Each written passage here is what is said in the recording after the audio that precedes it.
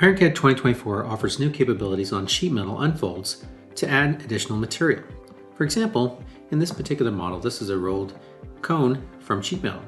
Typically, when you unfold this and manufacture it, you may need to add additional material to account for the machining or manufacturing process. So in this case, we can use our standard sheet metal catalog and add stock to the end.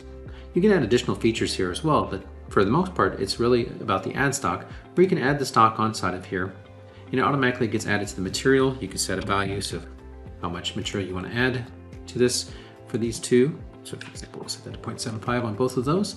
And the nice thing about this is it's actually associative. So if you go back to your model and now make changes to it, for example, we will make it a little bit smaller in our case, maybe bring this around a little bit longer inside of here. And now when we unfold again, notice that material that we added is still associated and updates automatically with the new changes to the material.